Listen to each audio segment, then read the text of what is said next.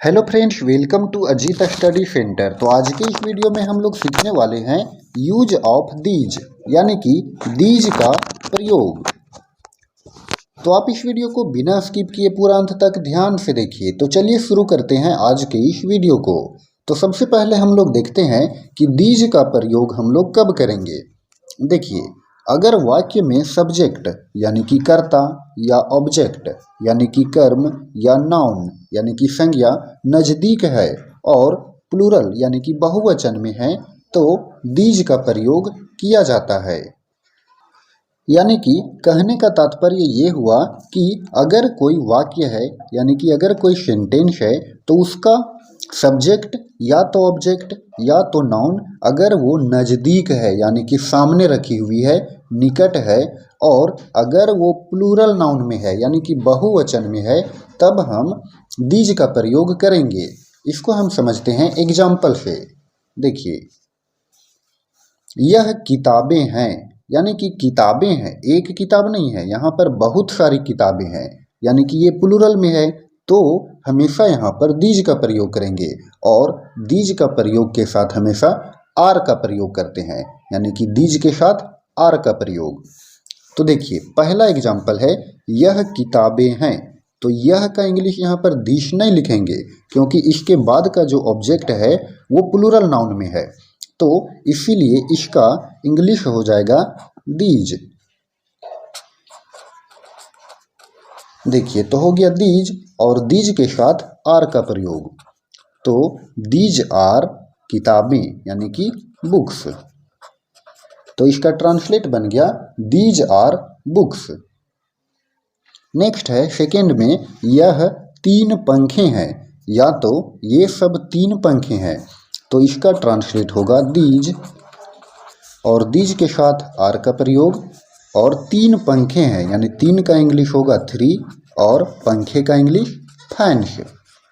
तो इस तरह से ट्रांसलेट बन गया दीज आर 3 फैन्स।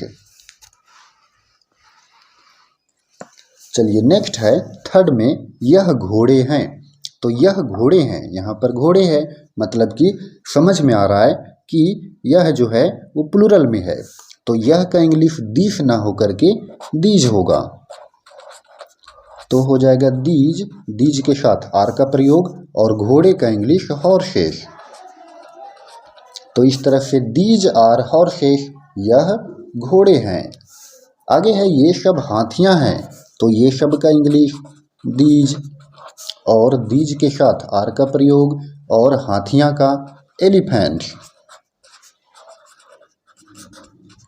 तो इसका ट्रांसलेट बन गया दीज आर एलिफेंट। नेक्स्ट है ये सब संतरे हैं।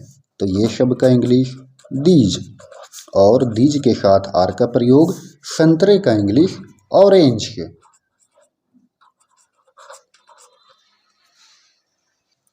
तो ये सब संतरे हैं का ट्रांसलेट बन गया दीज आर ऑरेंज।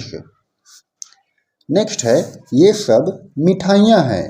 तो ये सब का इंग्लिश दीज और दीज के साथ आर का प्रयोग, और मिठाइयाँ का स्वीट्स। तो दीज आर स्वीट्स, ये सब मिठाइयाँ हैं। नेक्स्ट है यह जूते हैं। तो यह जूते हैं, जूते हैं मतलब कि ये प्लूरल नाउन में है, तो दीज और दीज के साथ आर का प्रयोग, और जूते का इंग्लिश शूज। तो दीज आर शूज, यह जूते हैं। चलिए, नेक्स्ट है यह मेरी कलमें हैं। तो यह मेरी कलमें हैं, यानी कि कलमें हैं तो प्लूरल है, तो यहाँ पर दीज का प्रयोग ना होकर के दीज का प्रयोग होगा। तो दीज आर मेरी कलमें हैं, यानी कि माई पेन्स। तो इसका ट्रांसलेट बन गया these are my pens. Next है यह उसकी गायें हैं। यह उसकी गायें हैं, तो दीज आर, देखिए उसकी गायें हैं यानी कि उसकी का इंग्लिश हो जाएगा हर, और उसका का इंग्लिश होता है हीज, यानी कि ये जो है वो फेमिनिन जेंडर में है, स्त्रीलिंग में है, तो हर का प्रयोग करेंगे। अगर यहाँ पर रहता उसका तब यहाँ पर लिखते हीज, उसकी है तो हर लिखेंगे। दीज आर हर काउज, यह उसकी गायें हैं। These are her cows. चलिए नेक्स्ट है, ये राकेश और मोहन हैं, यानी कि यहाँ पर दो लड़के हैं, राकेश और मोहन। तो लिखेंगे these are Rakesh and Mohan. तो इसका ट्रांसलेट बन गया, ये राकेश और मोहन है का, these are Rakesh and Mohan. तो फ्रेंड्स, आई होप कि आपको यूज ऑफ दीज अच्छे से समझ में आया होगा। अगर आपको ये वीडियो पसंद आया हो तो आप इस वीडियो को लाइक करें और चैनल पर नए हो तो चैनल को भी सब्सक्राइब करें। धन्यवाद।